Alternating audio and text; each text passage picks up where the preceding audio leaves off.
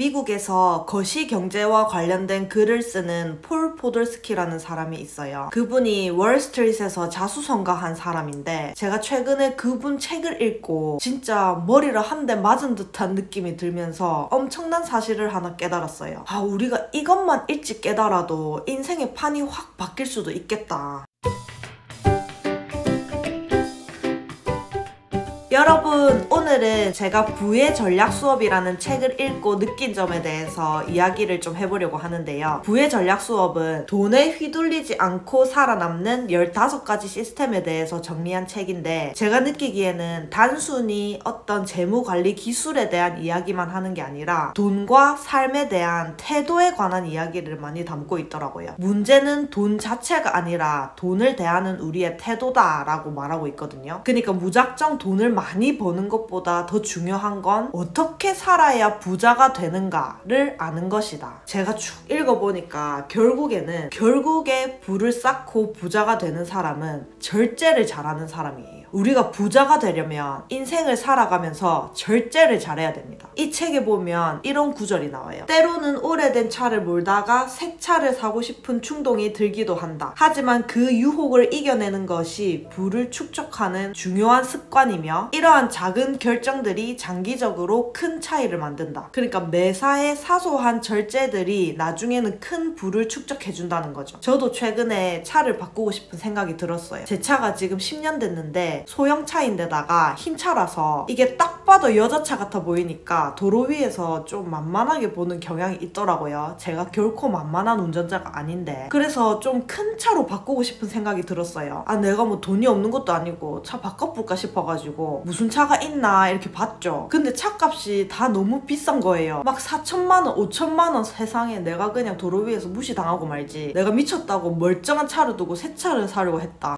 소름이 돋더라고요. 만약에 그 찰나의 욕구를 참지 못하고 차를 질렀으면 어땠을까? 물론 이 할미 언니는 그럴 일은 없겠지만 상상만 해도 끔찍하더라고요. 근데 여러분, 부자들은 이런 소비를, 절제를 잘한대요. 가난한 사람보다. 왜냐? 잠깐의 만족보다는 장기적인 경제적 자유가 훨씬 더 큰 가치가 있다는 걸 알기 때문이죠. 따라서 부는 이러한 크고 작은 충동들을 얼마나 잘 다스리느냐에 달려있다.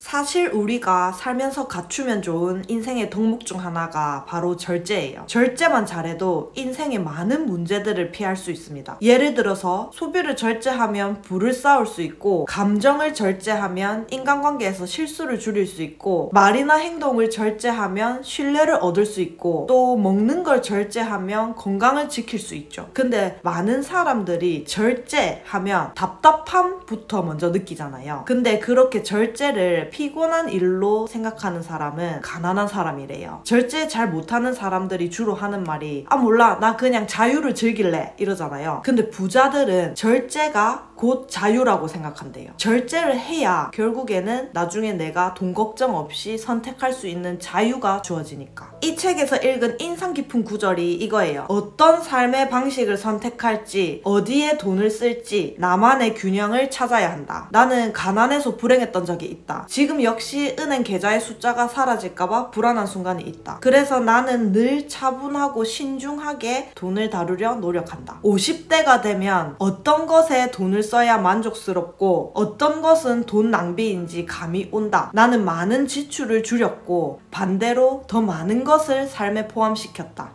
결국은 단순히 돈 쓰는 걸 줄이자는 게 아니라 내가 내 돈을 컨트롤하면서 쓸 줄 알아야 된다는 거예요. 내가 돈을 통제할 줄 알아야 된다. 그래야 비로소 자유로워진다.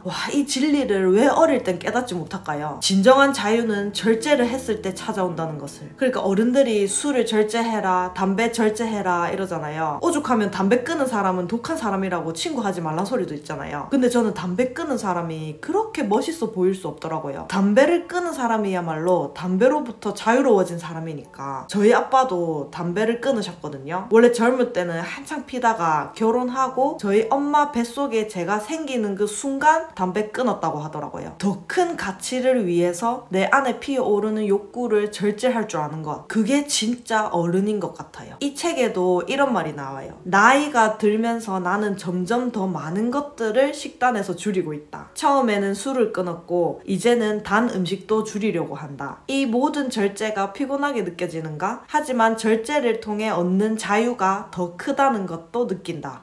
이 책이 여러분 돈의 진실에 대해서도 이야기를 하거든요. 돈의 진실을 정확히 이해하는 것이 곧 삶에서 자신의 위치를 찾는 일이래요. 돈의 원리는 사실 간단하대요. 사회가 필요로 하는 일을 하면 나는 돈을 벌고 버는 것보다 적게 쓰면 자산은 늘어난다. 그렇기 때문에 내가 어떻게 하면 돈을 더 많이 벌 수 있느냐와 어떻게 하면 자산을 더 빨리 불릴 수 있느냐에 달려있다. 근데 이 돈이라는 것은 돈 그 자체로 인생의 목표가 되면 안 되고 하나의 도구로서 내 삶을 더 행복하고 더 깊이 경험하도록 해야 한다는 겁니다.